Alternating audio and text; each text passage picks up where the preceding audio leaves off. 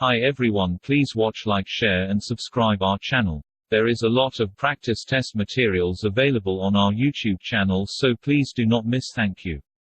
You will be given 10 minutes to transfer your answers to an answer sheet. Now turn to Section 1. Section 1. You will hear a woman telephoning a tourist office to ask about free activities. First, you have some time to look at questions 1 to 6.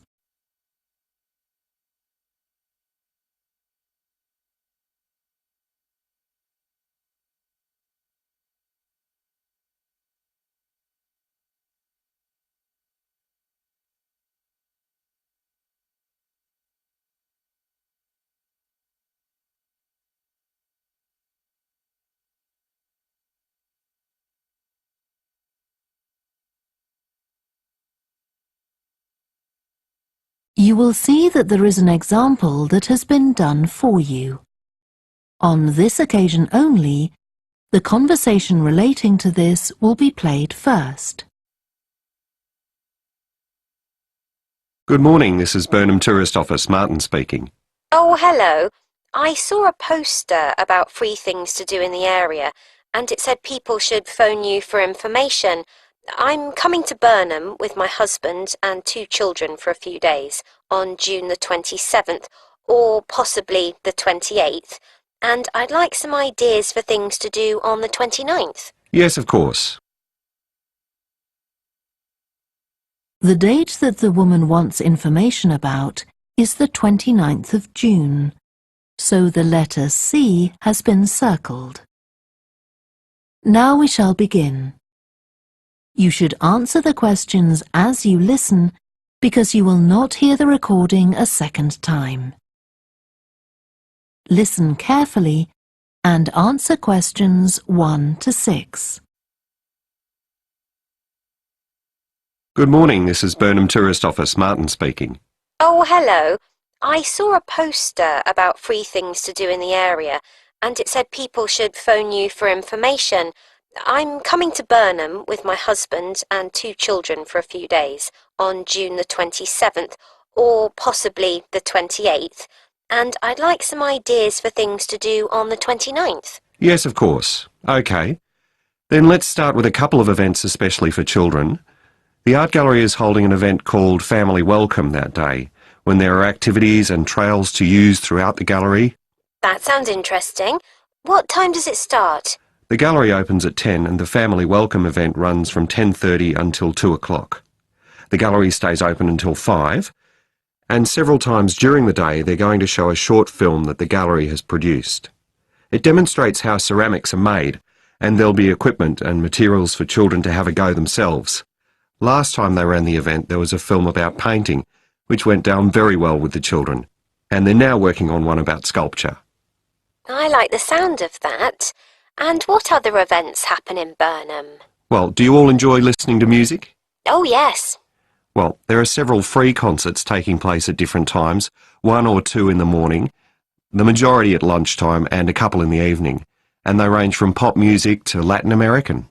The Latin American could be fun. What time is that? It's being repeated several times in different places. They're performing in the Central Library at 1 o'clock, then at 4 it's in the City Museum, and in the evening at 7:30 there's a longer concert in the theatre.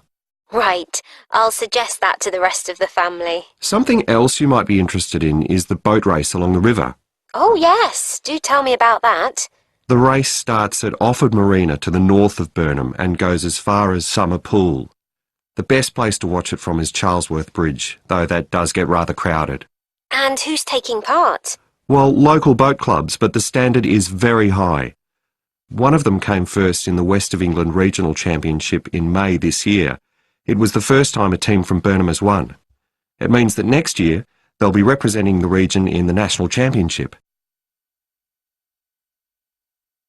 Before you hear the rest of the conversation, you have some time to look at questions 7 to 10.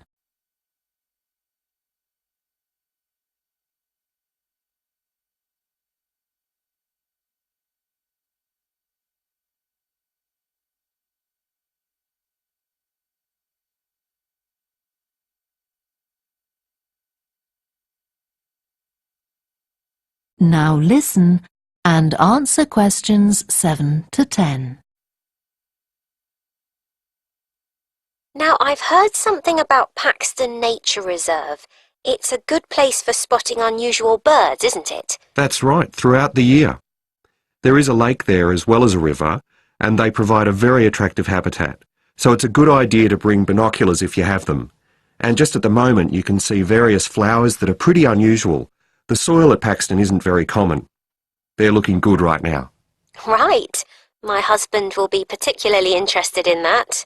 And there's going to be a talk and slideshow about mushrooms, and you'll be able to go out and pick some afterwards and study the different varieties. Uh-huh.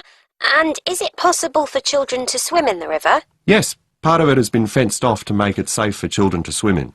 It's very shallow and there's a lifeguard on duty whenever it's open. The lake is too deep, so swimming isn't allowed there.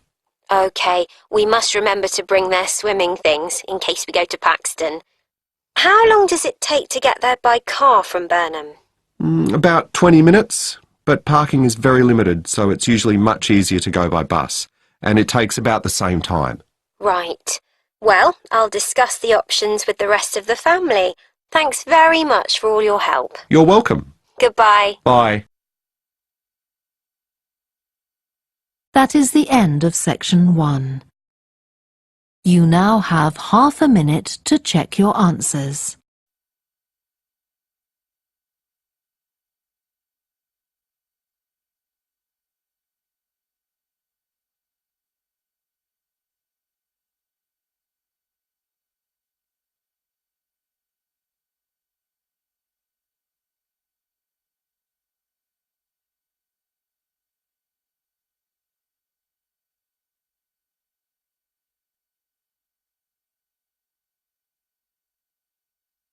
Now turn to section 2. Section 2. You will hear a talk given by a woman called Shona Ferguson about changes in a town called Barford. First, you have some time to look at questions 11 to 15.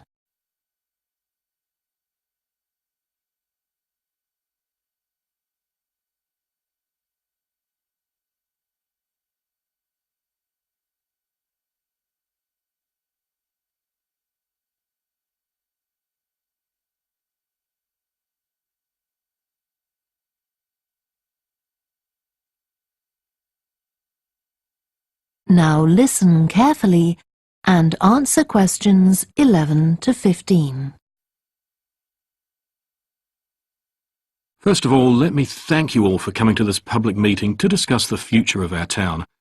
Our first speaker is Shona Ferguson from Barford Town Council. Shona. Thank you.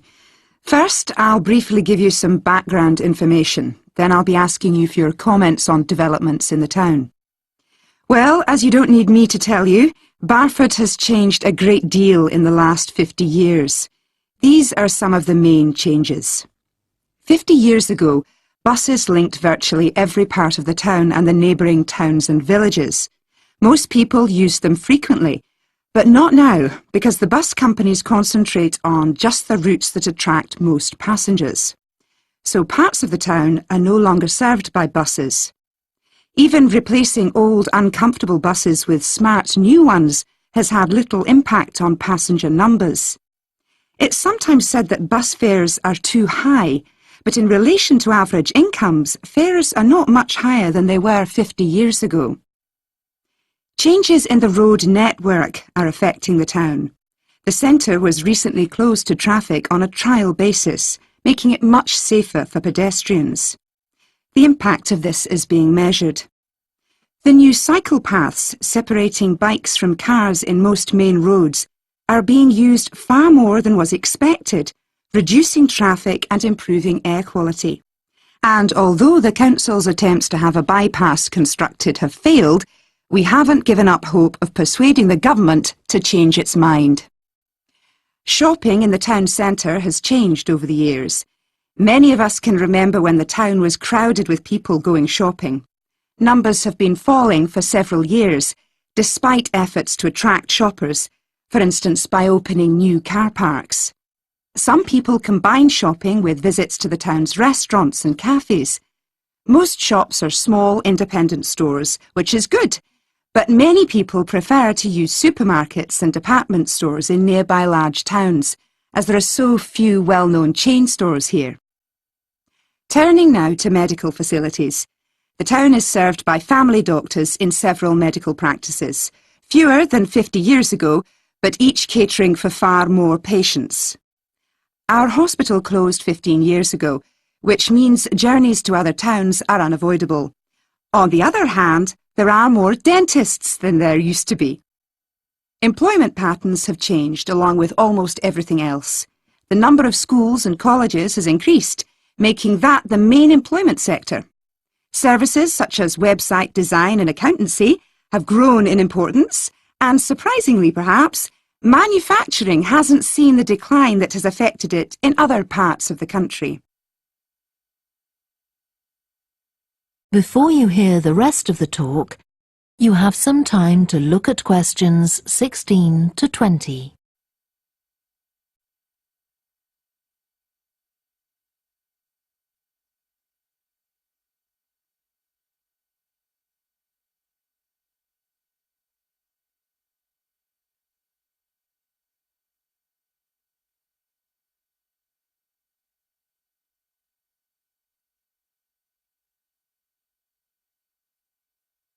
Now listen and answer questions 16 to 20. Now I'll very quickly outline current plans for some of the town's facilities, before asking for your comments. As you'll know if you regularly use the car park at the railway station, it's usually full. The railway company applied for permission to replace it with a multi-storey car park, but that was refused. Instead, the company has bought some adjoining land, and this will be used to increase the number of parking spaces. The Grand, the old cinema in the High Street, will close at the end of the year and reopen on a different site. You've probably seen the building under construction. The plan is to have 3 screens with fewer seats rather than just the one large auditorium in the old cinema. I expect many of you shop in the indoor market. It's become more and more shabby looking, and because of fears about safety, it was threatened with demolition. The good news is that it will close for 6 weeks to be made safe and redecorated, and the improved building will open in July. Lots of people use the library, including school and college students who go there to study. The council has managed to secure funding to keep the library open later into the evening, twice a week. We would like to enlarge the building in the not-too-distant future, but this is by no means definite. There's no limit on access to the nature reserve on the edge of town, and this will continue to be the case. What will change, though, is that the council will no longer be in charge of the area. Instead, it will become the responsibility of a national body that administers most nature reserves in the country. OK, now let me ask you if you have... That is the end of Section 3. You will hear 2 students called Helen and Jeremy, who are studying creative writing, discussing a project for their course which involves writing and illustrating stories for children. First, you have some time to look at questions 21 to 26.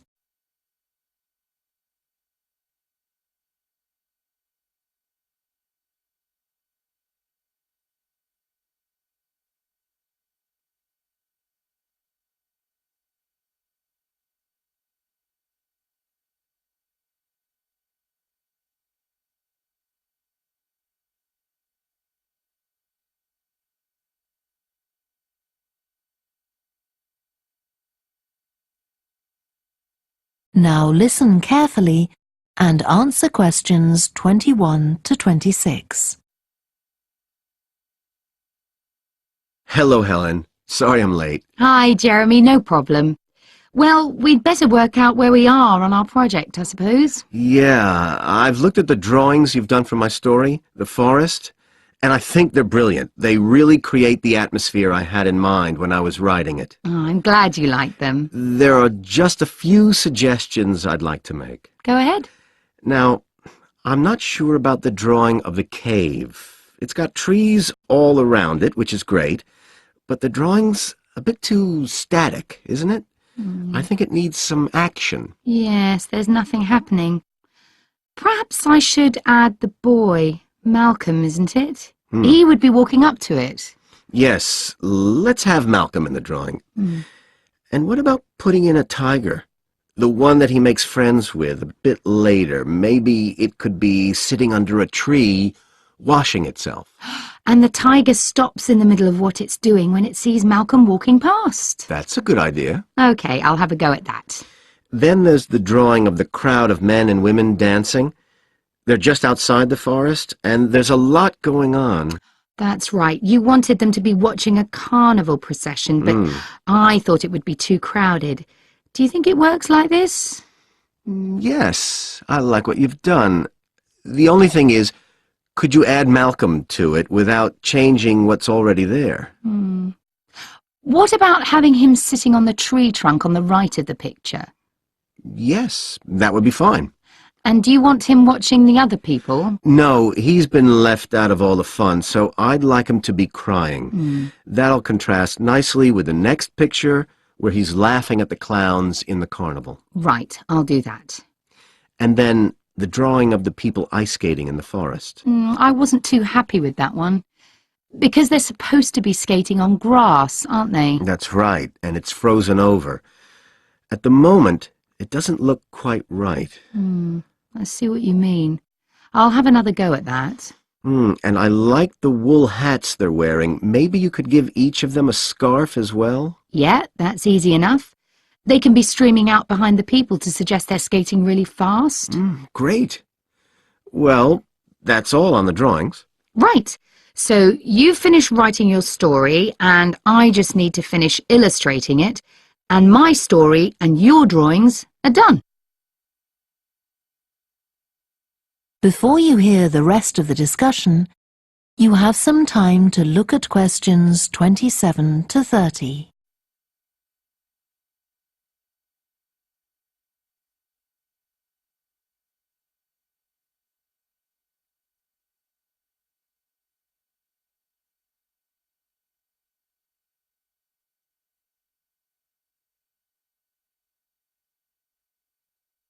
Now listen and answer questions 27 to 30.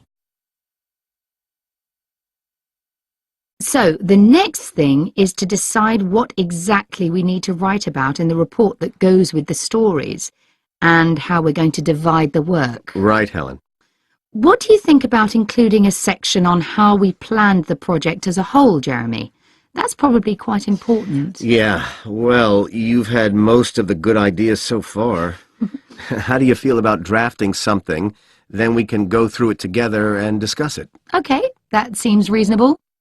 And I could include something on how we came up with the ideas for our two stories, couldn't I? Well, I've started writing something about that, so why don't you do the same and we can include the two things? Right. So what about our interpretation of the stories? Do we need to write about what we think they show, like the value of helping other people, or that sort of thing? That's going to come up later, isn't it? I think everyone in the class is going to read each other's stories and come up with their own interpretations, which we're going to discuss. Oh, I missed that. So it isn't going to be part of the report at all? No. But we need to write about the illustrations because they're an essential element of children's experience of reading the stories. It's probably easiest for you to write that section, as you know more about drawing than I do. Maybe, but I find it quite hard to write about.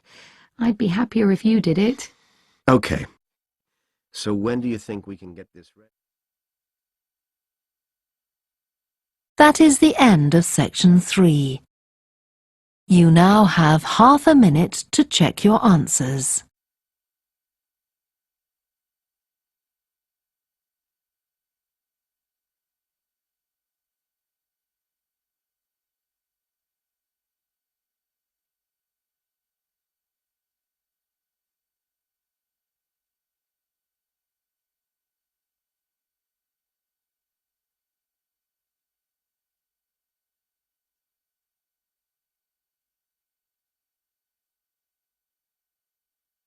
Now turn to Section 4. Section 4. You will hear part of a lecture to business students about the use of one particular type of research known as ethnography. First, you have some time to look at questions 31 to 40.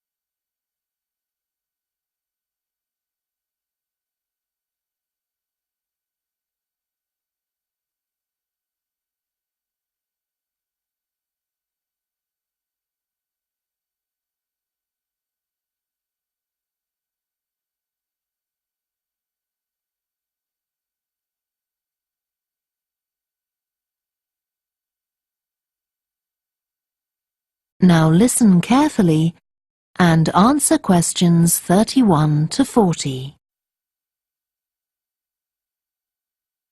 So, what I'm going to talk about to you today is something called ethnography. This is a type of research aimed at exploring the way human cultures work.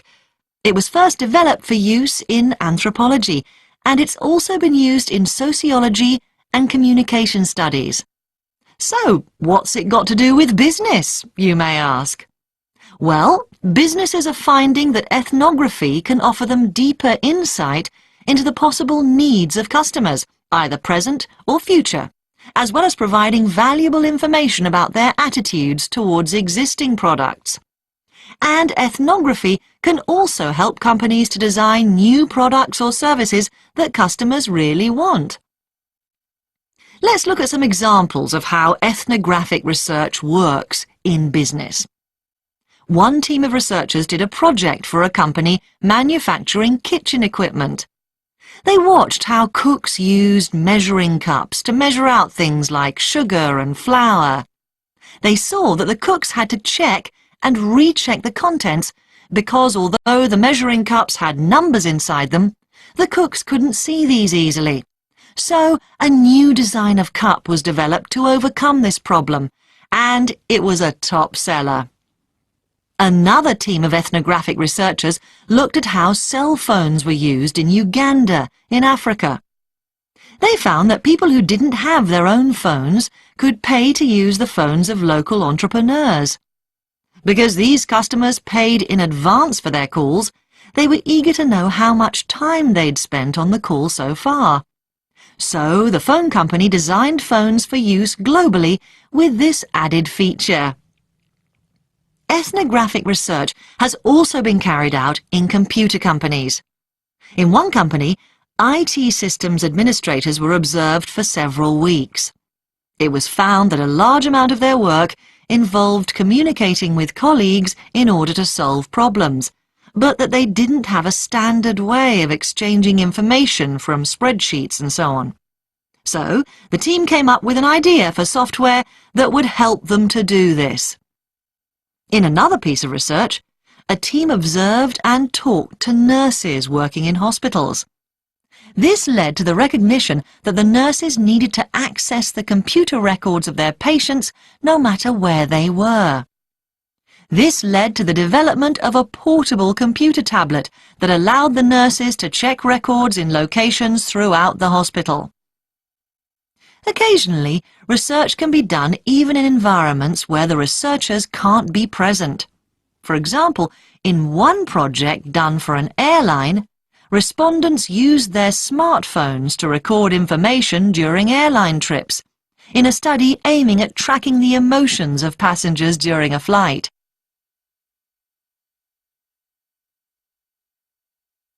So, what makes studies like these different from ordinary research? let's look at some of the general principles behind ethnographic research in business. First of all, the researcher has to be completely open-minded. He or she hasn't thought up a hypothesis to be tested, as is the case in other types of research. Instead, they wait for the participants in the research to inform them. As far as choosing the participants themselves is concerned, that's not really all that different from ordinary research. The criteria according to which the participants are chosen may be something as simple as the age bracket they fall into, or the researchers may select them according to their income, or they might try to find a set of people who all use a particular product, for example. But it's absolutely crucial to recruit the right people as participants. As well as the criteria I've mentioned, they have to be comfortable talking about themselves and being watched as they go about their activities. Actually, most researchers say that people open up pretty easily, maybe because they're often in their own home or workplace. So, what makes this type of research special is that it's not just a matter of sending a questionnaire to the participants. Instead, the research is usually based on first-hand observation of what they are doing at the time. But that doesn't mean that the researcher never talks to the participants. However, unlike in traditional research, in this case, it's the participant rather than the researchers who decides what direction the interview will follow. This means that there's less likelihood of the researcher imposing his or her own ideas on the participant. But after they've said goodbye to their participants and got back to their office, the researcher's work isn't finished. Most researchers estimate that 70 to 80% of their time is spent not on the collecting of data, but on its analysis, looking at photos, listening to recordings and transcribing them, and so on. The researchers may end up with hundreds of pages of notes. And to determine what's significant, they don't focus on the sensational things or the unusual things. Instead, they try to identify a pattern of some sort in all this data and to discern the meaning behind it. This can result in some compelling insights that can, in turn, feed back to the whole design process. That is the end of section 4. You now have half a minute to check your answers.